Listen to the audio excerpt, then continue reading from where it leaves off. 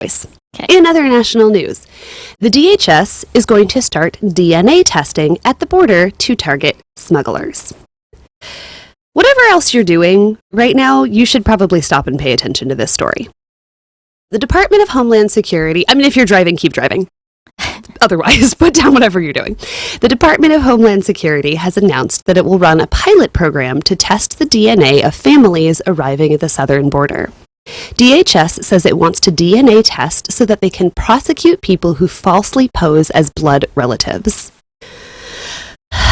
The program, managed by Homeland Security Investigations, will run about 2 to 3 days at 2 locations in the U.S.-Mexican border, starting as soon as next week. And these are just undisclosed locations, if I understand correctly. This comes as part of an effort to crack down on human smugglers, according to the Department of Homeland Security. DHS reports that more than 1,000 instances of families trying to fraudulently cross the border as parents and children have happened since October. The tests will be administered by a private contractor and involves a cheek swab producing results in about 90 minutes. Hannah, how do we feel about this story? This got us worked up, and it should also all of our listeners. Again, this is 100% about trying to dehumanize immigrants who are coming to our country. Absolutely. It's about justifying the inhumane treatment that is currently going on of separating children from families. It's trying to have some sort of proof that when we talk about who is coming to the border and saying that it's families who are trying to get in, this is trying to say, no, they're not. They're Absolutely. not even, and really trying to dehumanize and criminalize people who are coming. So it's in using DNA. It's actually terrifying when you think about that this is going on. It's at undisclosed locations. Right. They say they're not going to keep the DNA on file. How can we trust them? Right. How can, if who's overseeing this? It's just, yes. It's a really, really scary thought. And so I think this needs to be continually talked about in the news. Absolutely. And this is one of those situations in which, there are, and maybe I'm wrong. And listeners, if I'm overlooking something and you have different opinions about this, please text us because I would like to hear from you as well. But my take on this is when I first read that they're trying to, the point that they're making is that they're trying to crack down on human smuggling, right? Which, yes, is a real problem. Nothing that the Department of Homeland Security has done in the 2 years that Trump has been in office, however many years has been now that Trump has been in office, has struck me as, we're doing humanitarian things, right? We're ripping children away from their families and we're putting them in prisons. We can't identify them. We are saying it's going to take us 2 years to figure out who they are, or to give them any sort of humane treatment. And now suddenly you're focusing your efforts on human smuggling. I'm sorry, it rings very untrue to me. Do you agree that sounds very much like a... Oh, this is a 100% put on your critical thinking cap absolutely moment, right, in yes. terms of what are they saying, what is the actual underlying, and this is extremely, we're already on the slope. We're on the slope of dehumanization. Yeah, this is a pretty big deal. Yeah, absolutely. And I guess my point is, either you're acting as a humanitarian force, or you're not. You're we need to stop human smuggling, but also we're going to put children in cages. I wonder, and I'm not going to guarantee, but I'm going to strongly suggest that this idea did not come from advocates who work with folks who've been involved in human trafficking. Yes. This idea did not come from a humanitarian approach. Right. This reeks of the quote unquote what is it? Law and Order. The TV show? No, that saying will come up a lot, and people will move back to this idea of law and order, and underneath that is this very conservative idea about who the law is for and what kind of order they're keeping. Oh my. It's. I see your point. Creepy. It's really hard for me to read this story and not immediately take it to its most sensational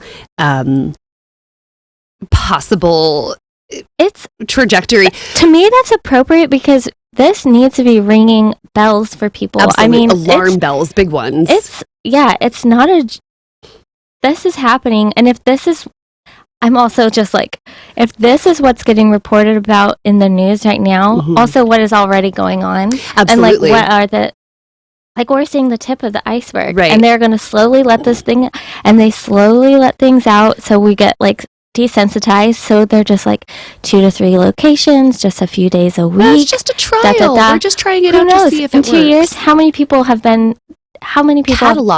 Cataloged? Right. And then we have their DNA. And, I think you were mentioning earlier, once you have someone's DNA and you can say, oh, well, this person is from this country, it's way easier to dehumanize that person. It's way, just think about the warfare aspect of it. I mean, you're getting the DNA of folks who are coming to the border. Right.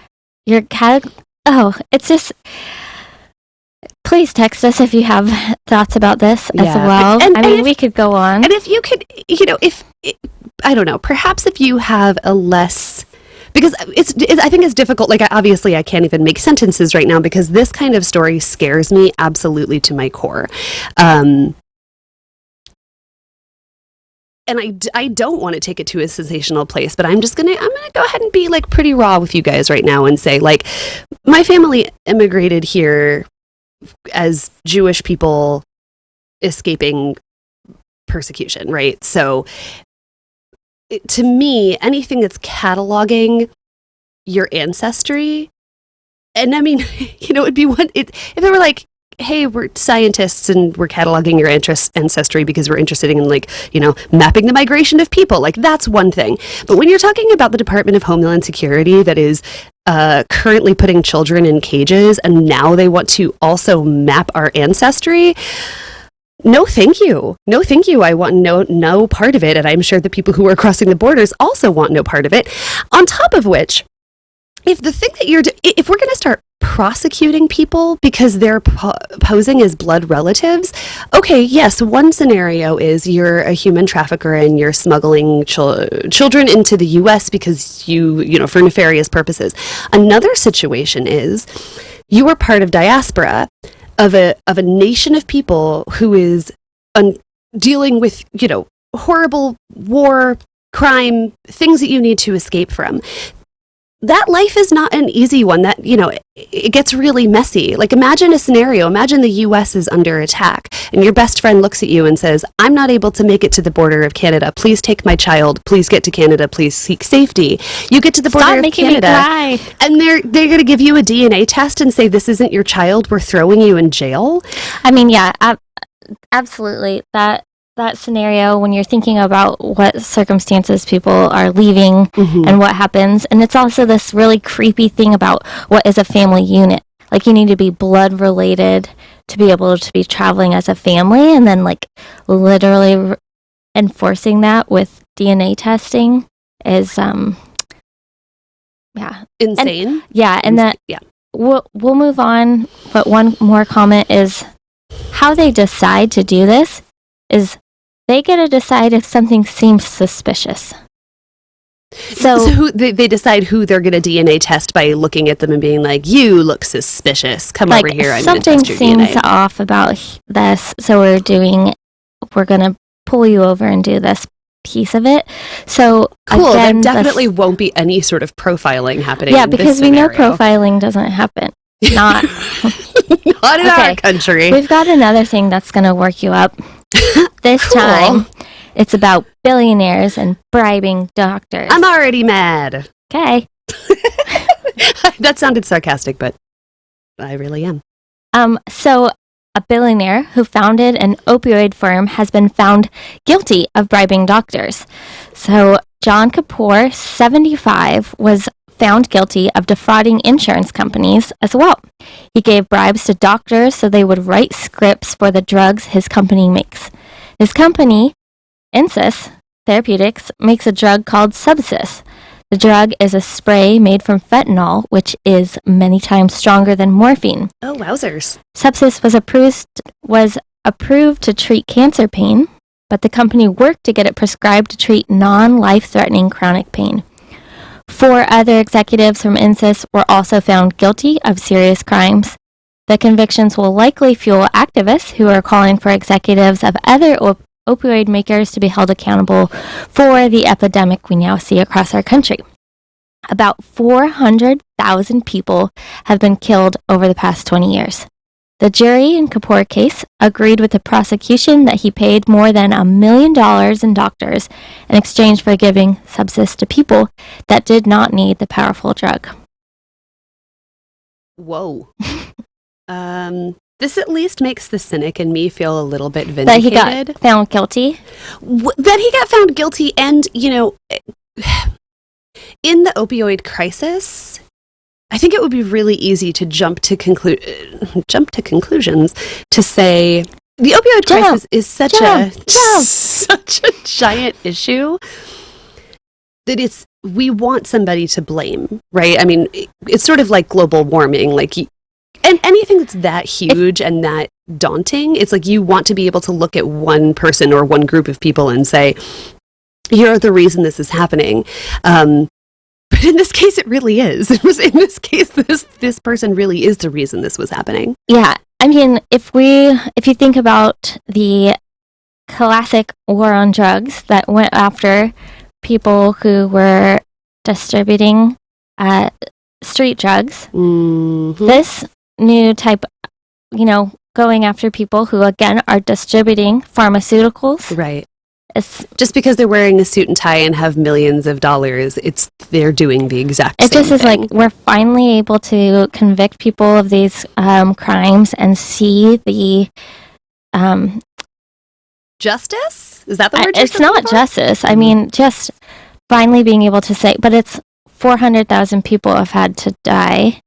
And it has gotten to a place where the healthcare system, the states, are at their last straw, it is overrunning populations. Right. And so it's like, this is coming from a criminal, trying to hold people accountable on that end, but it also doesn't do anything to stop or support what's actually going on in people's lives who are... So you're saying are you proposing the money from the lawsuit needs to go towards... And we talked about this in one of those cases in Oklahoma where a part of the... Which I think is happening, piece went to research on it. And right, and it goes to research, but it needs to go to rehab, and I'm sticking by that. Well, I'm sure that's not the last we've heard of prosecuting people who've been pushing opioids on our community. Yeah. So we'll have to keep our ear to the ground. But I wonder if these doctors are going to get in trouble as well for accepting bribes and writing scripts. I don't know, but that's a whole other half an hour conversation we're going to have. You know what? I want to get to international news, but what do you say we take a quick musical break? Maybe we got some more mermaid music back there. Yeah, let's take a soothing break and we'll get to some news, some local news. Do your long in and out breaths. We'll be right back. This is X-Ray, where radio is yours.